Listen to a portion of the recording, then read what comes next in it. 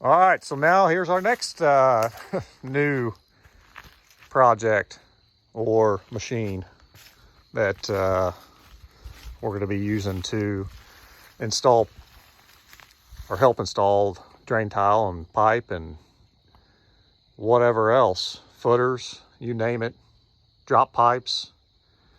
We ended up getting a 36-inch bucket, which is a monster bucket, but it's going to be great for dipping ditches out and even digging trenches if we need to.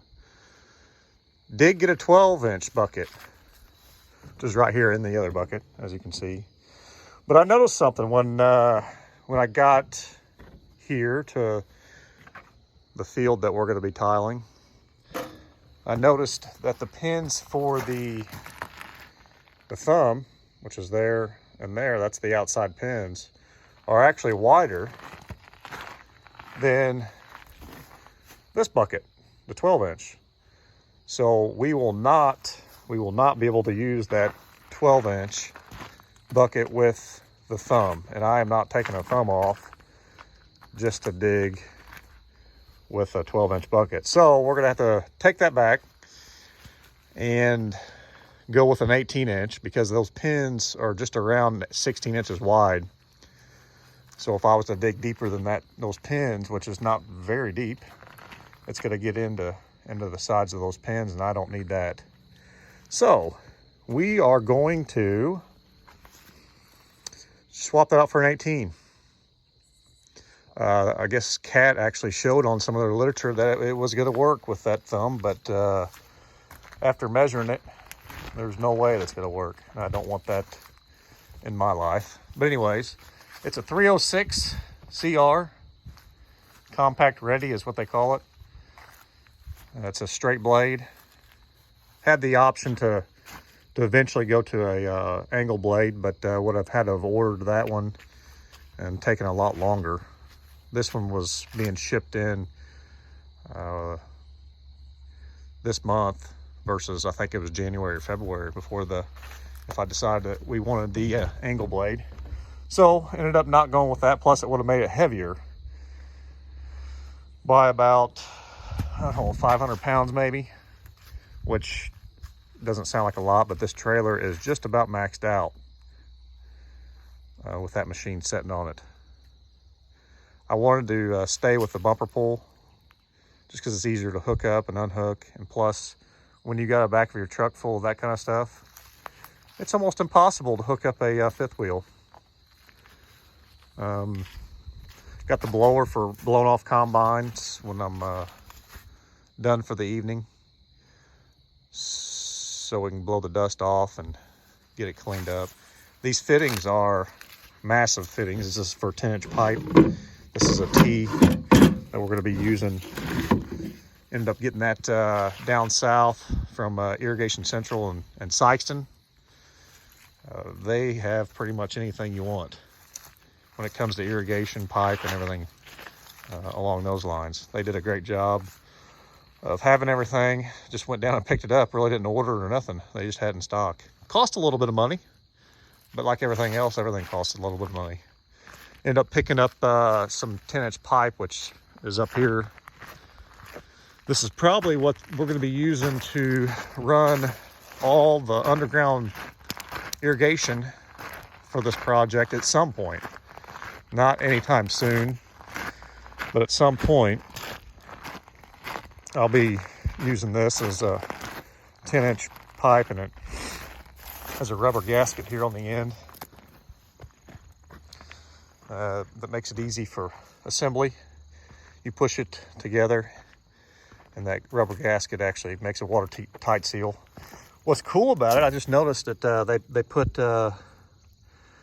Sharpie mark on there, a line to make sure you get to that line when you're pushing it together so you're far enough. So I'm using this pipe to put close to my drop boxes or my boxes to control the water level in the field. There's gonna be 4 boxes in this field. They're gonna be spaced out all down through here. The last one, which is the main drain, is gonna be in this location somewhere. I haven't quite figured out where. And that's the drop pipe again that takes water out of here. I actually raised it up 6 inches. Ended up getting that piece from Yarborough Steel in Sykeston. Will Yarborough is his name. Will's is a great guy, man. He is a great guy. I've never been or talked to a business guy like him who is some of the most friendliest person to talk to. He owns, I believe he owns the store down there. It's Cowboy Pipe is what they call it. That's another name for it. But I had to add 6 inches to that because we were getting a lot of erosion every time it would rain. All the water, or a lot of the water, comes down this edge of the field here and then ends up in this pipe, or at least most of it. There's actually another drop pipe way up in that corner, so most of it's coming down here. Well, it was a little bit low. It was right there. So I was getting some pretty good ditching back through here because the grade of the field was a lot higher than the bottom of that, or the top of that pipe. So I added 6 inches to it. I welded that yesterday. Took about an hour and a half or 2 hours to weld that. I feel sorry for the, and don't look too close to the welds because they're not the greatest. I feel sorry for the pipeline guys because that's a pretty special job to weld a pipe laying on the ground and all different contorted positions to get that. Heck, I even got down in the pipe at one point to help weld some of the joints. But anyways, all right, so we are in the 306 Cat mini excavator trying to figure out what to do here as far as how to run the thing. I have run a mini excavator. I have run a big excavator before, but this is a new machine. I am not the greatest at excavators, but I guess we can all learn. I wasn't very good on the skid steer, and after about, I don't know, 1,500 hours, you kind of get the hang of it. At least you kind of figure out how to turn it on and off. Anyways, this is the indicator ease of use indication. So this number right here, I'm trying to still figure out how to set this ease of use indication system up. I'm not really sure. We have 5.8 hours on this machine, and I probably have had the thing on for probably 30 minutes. And that's as long as I have been in here trying to figure this out. So what I did was I went into some settings here, and the bench height is negative 3.33, which is essentially about 40 inches deep. I think that's how I do it. And obviously, when I am playing around with this thing, when I put my bucket on the ground, which it's shown to be, I'm needing to go down another 3.32 or 33 inches to get to my bench. I think I'm right. If I'm not right, I guess we'll figure it out. I do have a tape measure, so we may have to go to old school methods to figure out how deep the hole I'm digging actually is. And I'm probably going to do that anyways because I'm not really sure how to work this ease of use just yet. So yeah, we are going to try to dig this, and as of right now, I don't have a great place to put the camera, so I'm going to put it right here.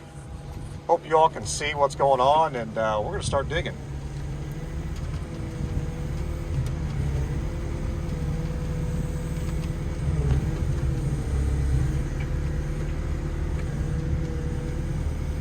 The first bucket dig of the 306. I guess I could crank up the throttle and go to town here.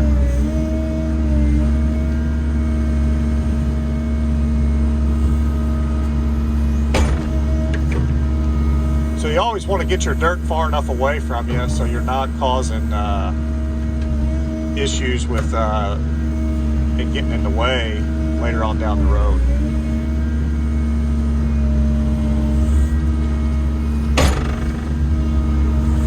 I think I'm far enough there away. So what I have to do is I have to dig down, like I said, approximately 40 inches deep. And then on the box here, I've got to put in a 90, PVC 90, and then go over to the drop pipe. That is the plan.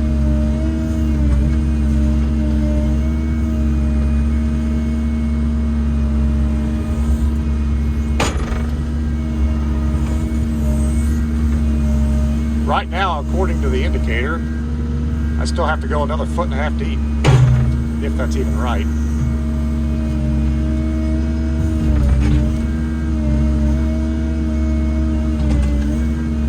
Remember, I'm learning. I hope you're learning. This is all new for me, especially this machine. I am not exactly sure all the details on running this thing, or running a Mini in that for that matter. Like I said, I will figure it out. It's just a matter of time. The controls that I have it set on are, so if you can hear that sound, it sounds like I was at 40 inches right there, which is great to know. You don't really want to dig deeper than 40 inches. I have it on excavator controls. I think is one of the terms they use to indicate the type of control.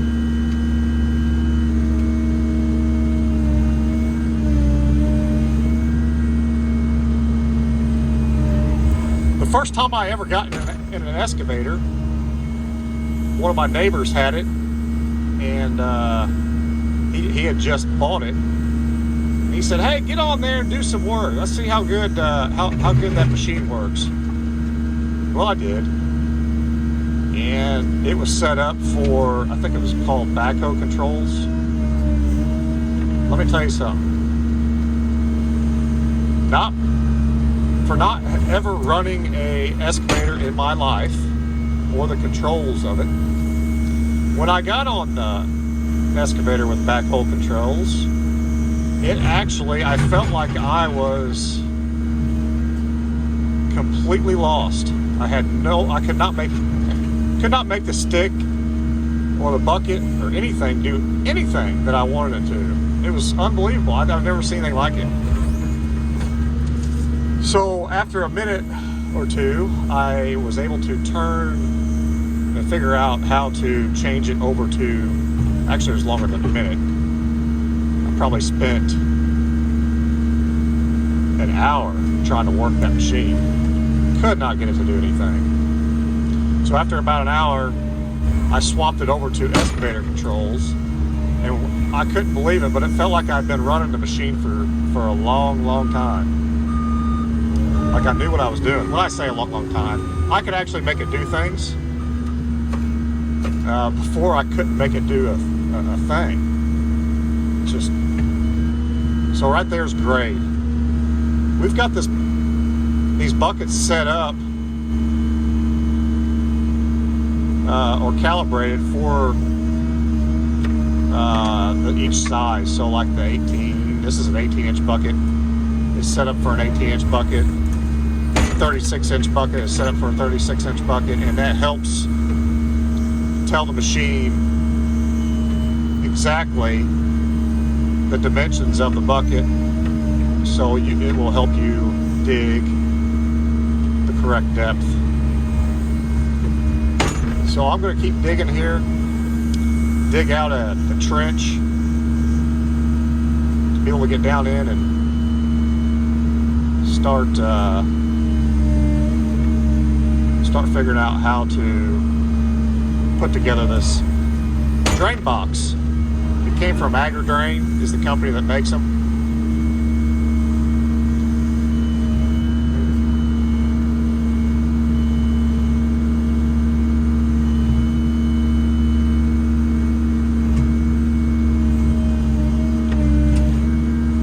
looks like we're pretty close right there.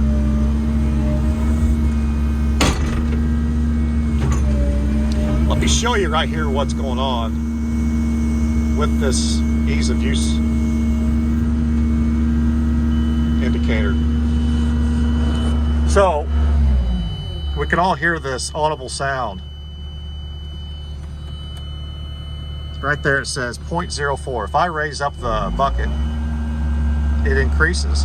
What is really neat about this thing is it tells you that you need to go down the higher you get. So as you can see, that I got higher, and as I dug down to what it believes is 3.33 feet or 40 inches, and as I drop it down, it gets closer and closer, and right there, which as you can see, I am pretty much at the bottom of my trench. Now tell me that is not awesome. This is gonna make my job, let me make this thing stop, when it comes to using machines like this, so much easier. So what I would have had to have done, if this is correct, which I believe it is, what I would have had to have done is set up a laser somewhere out here, or over there, or over there, on a tripod, and I would have had to have had a laser stick with numbers on it, and indicator, and a laser receiver, which essentially does the same thing as this. It picks up a laser beam, and then on the receiver, it will go up and down and make an audible sound of where you are at on that the height. If it's 0, it'll beep a long beep just like that.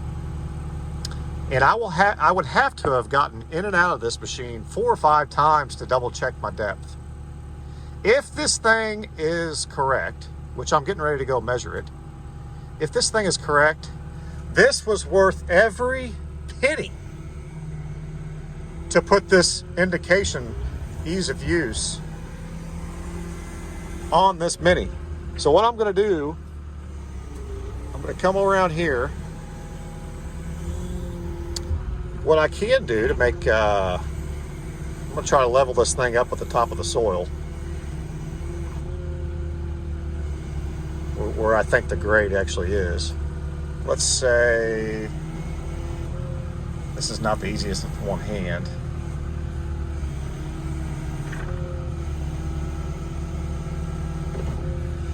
Okay, let's say that those teeth are the top of the grade. What I'm going to do is go down here. I'm going to measure from there to the bottom. Now, there might be some places where the soil needs to be packed down just a little bit to get there. Oh, by the way, make sure you put your, this is your hydraulic release stopper, I guess you want to call it in there, or it makes you engage. If you don't have that down, the machine will not do anything. So in order to get out, I recommend, well, it's what you need to do is put that up, or else you'll end up bumping the handle and causing the machine to move around, which you don't want. So I have these teeth on here just about level with the soil, maybe just a little high. So what I'm going to do is pull my tape measure out, and I might actually get down in the trench to see how deep we are, to see if we're at 40 inches.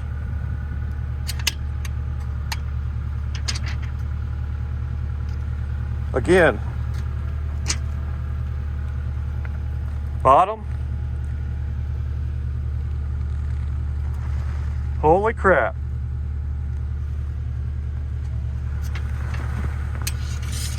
This is a game changer. For the people who have come up with this, should have a Nobel Peace Prize when it comes to construction. I mean, this is unbelievable. If this is the way this machine's going to work for us all the time, it is going to make a huge difference as far as getting work done. The coolest thing about this machine is that right there. Now, was the whole machine made in USA? Who knows? But I know majority of it was. People in the United States that can build stuff like this still. I wish we could build